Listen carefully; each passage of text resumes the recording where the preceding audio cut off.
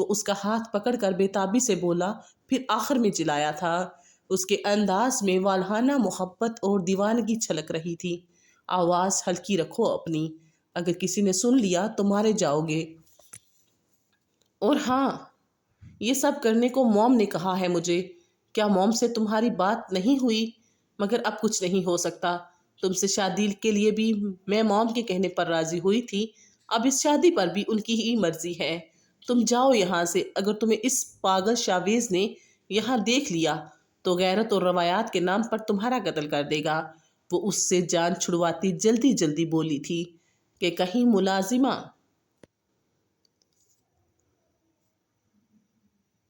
کہیں کافی لے کر اس کے کمرے میں نہ چلی جائے۔ ہانیہ، میں کچھ نہیں سننا چاہتا، تم بس میرے ساتھ چلو ابھی اور اسی وقت۔ وہ اس کا ہاتھ پکڑے گاڑی کی طرف لے جانے لگا۔ دماغ ٹھیک ہے تمہارا؟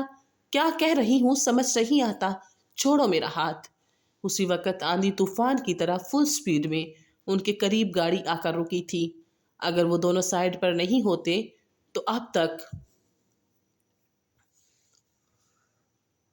اس گاڑی کے نیچے کچھ لے جاتے۔ شاویز ریلیکس سا کچھ دور اکیلا صوفے پر ہی بیٹھا تھا۔ احسان شاہ سونے جا چکے تھے اور اسد ابھی ابھی ضروری کال سننے کے لیے باہر گیا تھا۔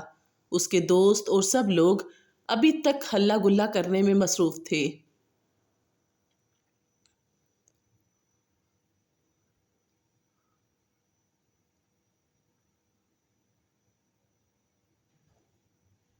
تبھی شاویز کے موبائل پر نوٹیفیکیشن ٹون بجی، جو اس نے مخصوص ہانیہ کے موبائل کی انفارمیشن کے لیے لگائی تھی۔ اس نے جلدی سے موبائل کان سے لگایا اور جوں جوں ہانیہ اور عادل کی بات سنتا جا رہا تھا، اس کی آنکھیں لال انگارہ ہوتی جا رہی تھیں۔ دماغ کی شریان پھٹ جانے کے قریب ہوئی۔ وہ طوفان بنا باہر کی طرف نکلا تھا۔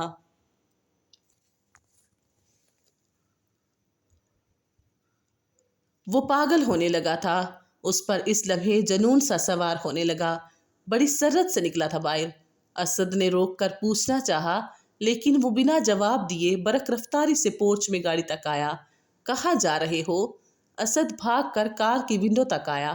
وہ اس کے انداز پر گھبرایا اور تشویشناک انداز میں پوچھنے لگا۔ شاویز نے اس کی کسی بات کا کوئی جواب نہیں دیا تھا اور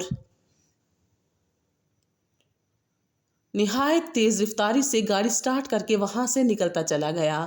معاملے کی نزاکت کا اندازہ لگاتے ہی اسد دوسری گاڑی میں بیٹھ کر گارڈ کو اپنے پیچھے آنے کی ہدایت دینے کے بعد نکلا تھا۔ وہ جانتا تھا کوئی بڑی بات ہی ہوگی جو اس طرح گیا ہے۔ شاویز نے طوفان بنا ان کے قریب گاڑی روکی تھی۔ اس کے دل و دماغ میں آندھیاں سی چل رہی تھیں۔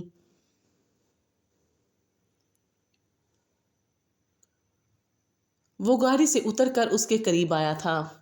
ہانیہ کا ہاتھ عادل کے ہاتھ میں دیکھ کر وہ غصے سے پاگل ہونے لگا تھا۔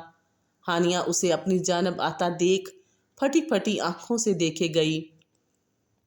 جس بات کا ڈر تھا وہی ہوا، اور اس کا انداز دیکھ کر وہ خوف زدہ ہوئی تھی۔ آنکھوں میں وحشت، غصے کی شدت سے لال چہرہ، انگارہ آنکھیں، وہ تو کوئی اور ہی شاویز تھا۔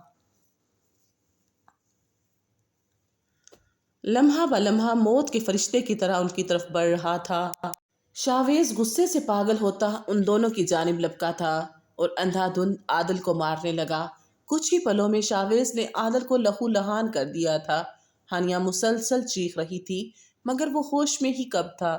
ایک بار چھڑوانے کے لیے ہانیہ آگے بڑھی تو اس نے دھکا دے کر اسے دور پھینکا تھا۔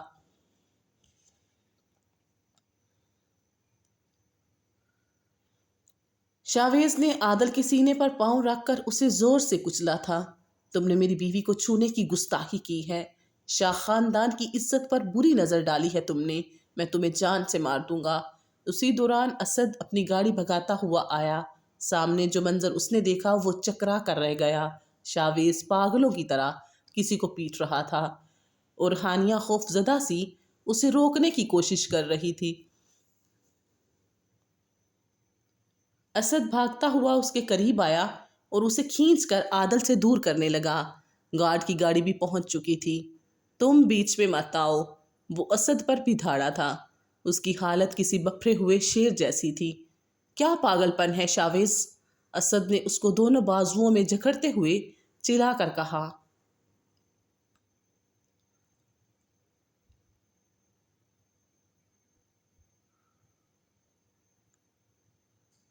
تم ہٹو، میں ان دونوں کو بتاتا ہوں کہ بھاگنے کا انجام کیا ہوتا ہے اور پھر اس کا کیا نتیجہ نکلتا ہے۔ وہ بار بار اسد سے خود کو چھڑوانے کی کوشش کر رہا تھا۔ عادل، ہانیہ عادل کے پاس گئی اور اسے اٹھانے لگی جو نیم جان سا تھا۔ اسی وقت شاویز نے ایک جھٹکے سے خود کو چھڑوایا اور اپنی گن پاکٹ سے نکال کر ان دونوں کی طرف لپکا۔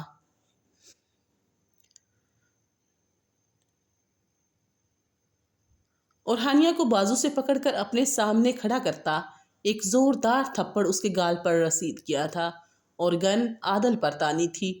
ہانیہ کو پڑنے والا تھپڑ اس قدر زور کا تھا کہ اس کے منہ سے خون نکل آیا، ہونٹ پھٹ گیا تھا۔ شاویز، کیا کر رہے ہو؟ کسی نے دیکھ لیا تو تماشا بن جائے گا۔ یہ گاؤں ہے، انکل کی عزت کا سوچو۔ اس کے ہاتھ سے ریوالور چھین کر دور پھینکی۔ بابی کو یہاں سے لے کر جاؤ، میں سب دیکھ لوں گا، اس کا ہاتھ روکتے بے بس انداز میں بولا۔ گارڈ بھی آ چکے تھے، اب کھڑے اپنے چھوٹے شاہ کو دیکھ رہے تھے۔ بولنے یا کچھ کرنے کی تو ان میں ہمت نہیں تھی، سو خاموش مجسمے کی طرح دوسری طرف رخ کیے کھڑے تھے ہانیہ کی وجہ سے۔ دوسرے لمحے شاویز نے تیزی سے ہانیہ کے بازو پر مضبوط گرفت جمائے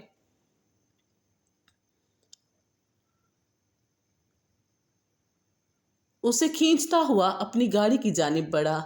گاڑی کا دروازہ کھول کر اس نے اسے اندر پٹکا تھا۔ اس قدر زور سے پٹکنے پہ ہانیہ کا سر ڈیش بورڈ سے ٹکرایا تھا۔ اسے لے جا کر فارم ہاؤس کے تہخانے میں ڈال دو، میں کل آ کر اس کو سبق سکھاؤں گا، اس نے اپنے گارڈ کو حکم دیا اور خود جھٹکے سے ڈرائیونگ سیٹ پر بیٹھتا۔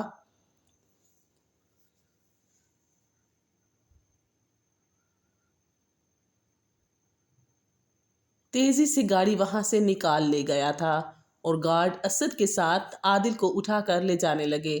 اب ہانیہ چیخ چیخ کر بار بار شاویز کو منع کر رہی تھی، انہیں روکنے کا کہہ رہی تھی، لیکن وہ بالکل نہیں سن رہا تھا، فل سپیڈ میں گاڑی چلا رہا تھا۔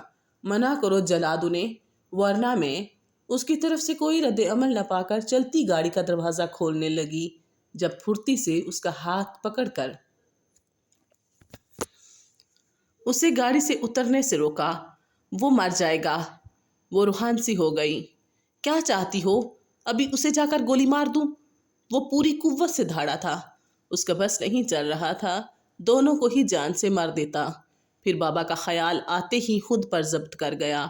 ہانیہ سانس روکے خوفزدہ سی اسے دیکھے گئی، جو چہرے پر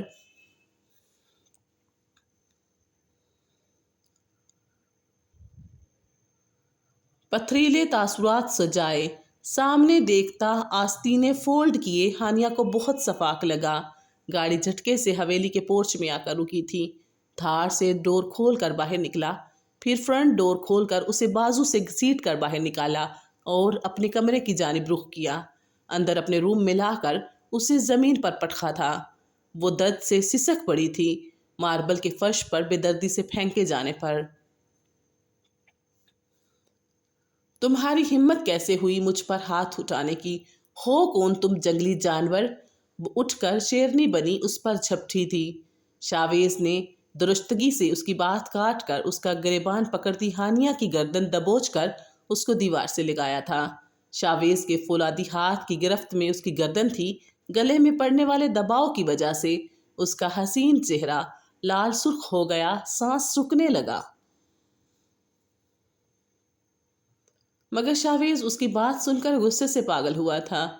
رات کے اس پہر کسی نامحرم کے ساتھ اکیلے دیکھ کر بھی، ایک تو چوری دوسرا سینہ زوری، کس ڈٹائی سے اس کے سامنے کھڑی ہو کر بول رہی ہے، میں کون ہوں؟ یعنی آج وہ سارے رشتے بھولے یہاں سے جانے والی تھی۔ میں اب تم جیسے سائیکو سے شادی نہیں کروں گی۔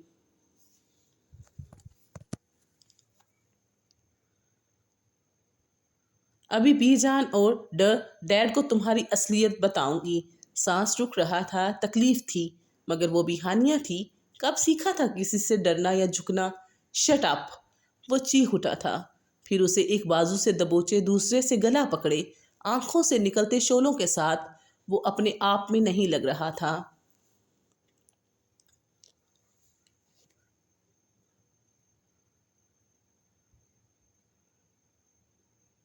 یوں لگ رہا تھا جیسے وہ اس کے وجود کو اپنی انگلیوں اور آنکھوں سے جھلسا دے گا، مسل دے گا اسے۔ اس کا اس طرح بھڑک جانا دیکھ کر وہ بے دم ہونے کو تھی، آنکھیں خوف سے پھیل گئی تھیں، اوپر سے گلے پر اس کے بڑھتے دباؤ اور کسی چیل کی طرح دبوچے اس کا بازو، وہ مزاحمت کرنے کی ساری صلاحیت کھو بیٹھی تھی اور ایک دم خوف کی لپیٹ میں آ گئی۔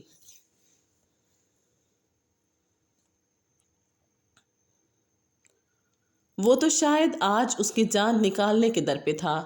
خبردار، تم نے اپنی غلیظ زبان سے بی جان اور بابا کے سامنے کوئی فضول بات کی، کاٹ دوں گا تمہاری زبان کو۔ کیا حق ہے تمہیں یہ سب کہنے کا جب تم اتنا بڑا کارنامہ انجام دے چکی ہو؟ کس خوش فہمی میں ہو؟ اب بھی تمہاری سنی جائے گی؟ وہ نفرت سے اس کے منہ پر پھنکارا تھا۔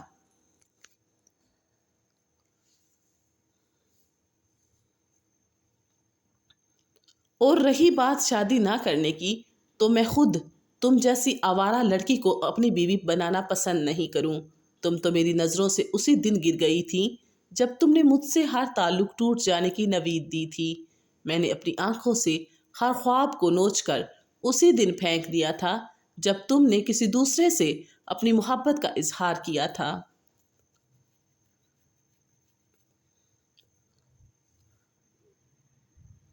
جو عورت کسی کے نکاح میں ہونے کے بعد بھی دوسروں سے تعلق رکھے، وہ میرے لیے ایک گری ہوئی لڑکی ہے۔ تم بس صرف میرے لیے صرف وقت گزاری کا ذریعہ تھی جس سے میں اتنے دن دل بہلاتا رہا تھا، ورنہ تم میں ہے کیا جو شاویز عالم شاہ تم جیسی کو اپنے دل میں جگہ دے؟ جو دن تمہارے ساتھ گزارے وہ سب میرے دل بہلانے کا سامان تھے۔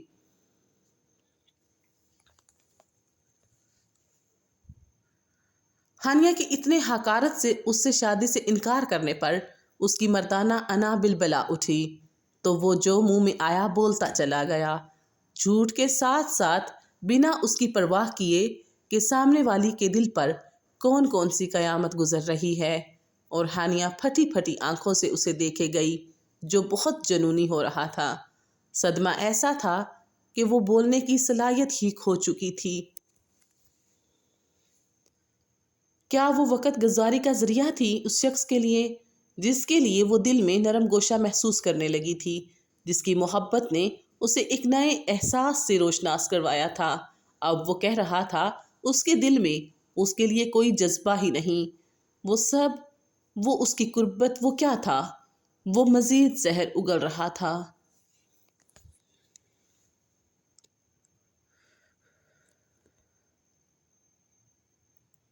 اور یہ جو نام نہاد بندھن کی اصل گرہ جسے تھامے رکھنے کا وعدہ میں اپنے بڑوں سے کر چکا ہوں، میرے دل میں تمہارے لیے کچھ نہیں سوائے ڈھیر ساری نفرت اور انتقام کے۔ سمجھی تم؟ شاویز کا تیش زدہ اور نہایت حدت و گرماہٹ تنفس ہانیہ کے چہرے پر بھاپ کی طرح لگ رہا تھا۔ اس کی قربت اسے جھلسا رہی تھی۔ اس کے دونوں ہاتھ ہانیہ کے نرم سے بازوؤں کو جکڑے ہوئے تھے۔ اس کا مردانہ پرکشش وجاہت و حسن سے لبریز چہرہ جو اس وقت غصے میں تھا اور آج کوئی ظالم جلاد ہی لگ رہا تھا، اس کی باتوں پر ضدی اور انا پرست ہانیہ سر اٹھانے لگی تھی۔ ڈر، خوف اور سراسیمگی کے کھینچے گئے حصار سے باہر نکلی تھی، جھٹکا دے کر اپنے نرم بازوؤں کو اس کی آہنی گرفت سے آزاد کروایا اور تنزیہ نظروں سے گاٹھ لیے بولی۔ اس کی بھی برداشت جواب دے گئی تھی، ہوش میں آتی اس پر گر آئی تھی۔ تو چھوڑ کیوں نہیں دیتے مجھے تم؟ جب میں تمہیں ٹھکرا رہی ہوں، تمہاری غیرت کیسے گوارا کر لے گی کہ ایک ایسی لڑکی سے تم شادی کرو جو تمہیں دھتکار کر اپنے کزن کے ساتھ بھاگنے والی تھی؟ وہ شاویز کو نیچا دکھانے کے لیے جو دل میں آ رہا تھا کہے جا رہی تھی۔ انجام کی پرواہ کیے بغیر ہمارے یہاں عزت کی خاطر جانیں تک دی جاتی ہیں۔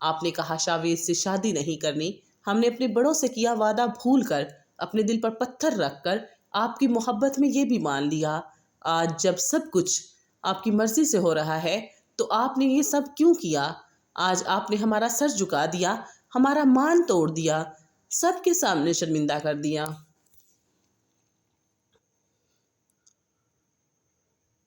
یہ گاؤں ہے اور یہاں تمہارا جرم ناقابل معافی ہے۔ آج تک ہماری عورتوں نے ہماری مرضی کے بغیر حویلی سے باہر قدم نہیں نکالا، غلط مقصد سے کبھی دہلیز پار نہیں کی، اور تم نے ہمارے وقار، عزت اور اعتماد کا بھرم توڑ دیا ہے۔ شادی والے دن بھاگ جانے والی لڑکیاں ساری زندگی سرخرو نہیں ہوتی۔ اگر اس سب کی بھنک بھی ہمارے مخالفین کو پڑ گئی یا گاؤں میں پھیل گئی تو تمہارے اس شرمناک عمل پر صرف گولی ہوگی۔ لیکن میں بہت کم حوصلہ ہوں، اتنے سالوں بعد ملی اولاد کو قتل نہیں کر سکتا۔ اب بھی صرف چند ملازمین اس واقعے کے بارے میں جانتے ہیں۔ اگر یہ بات کھل گئی تو سالوں کی بنائی ہوئی ہمارے خاندان کی عزت مٹی میں مل جائے گی۔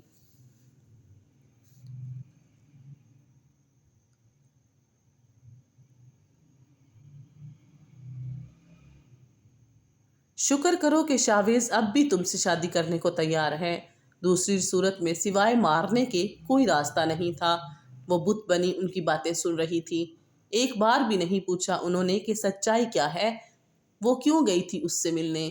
اس وقت ایک ظالم، سفاک، جابر حاکم اور جاگیردار لگ رہے تھے، وہ جو اتنے دن سے انہیں رحیم و شفیق طبیعت میں دیکھ رہی تھی۔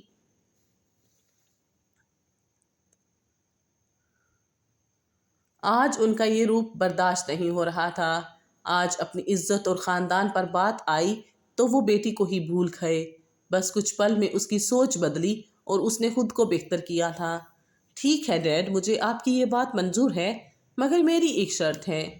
وہ جو اپنے ہی دکھ میں بولے جا رہے تھے چونک کر اس کی طرف دیکھنے لگے، پھر سر اس بات میں ہلا کر اس کی شرط ماننے کی حامی بھری تھی۔ مجھے کل تک اپنی پراپرٹی میں سے 30% حصے کے پیپر چاہیے، وہ بھی موم کے نام پر، اور آپ مجھ سے کوئی سوال نہیں کریں گے۔ بی جان اور احسان شاہ بے یقینی سے اس کی طرف دیکھنے لگے۔ مگر اب کوئی بات نہیں ہوگی۔ ایک بات آپ کی میں نے مانی اور ایک آپ میری مانیں گے۔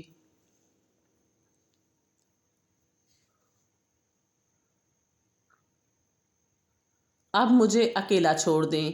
وہ رخ دوسری طرف کر کے کھڑی ہو گئی، جیسے کوئی بات کسی سے بھی نہیں کرنا چاہتی تھی۔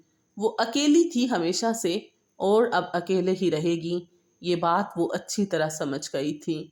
وہ دونوں اس کا سرد انداز دیکھ کر کمرے سے نکل گئے۔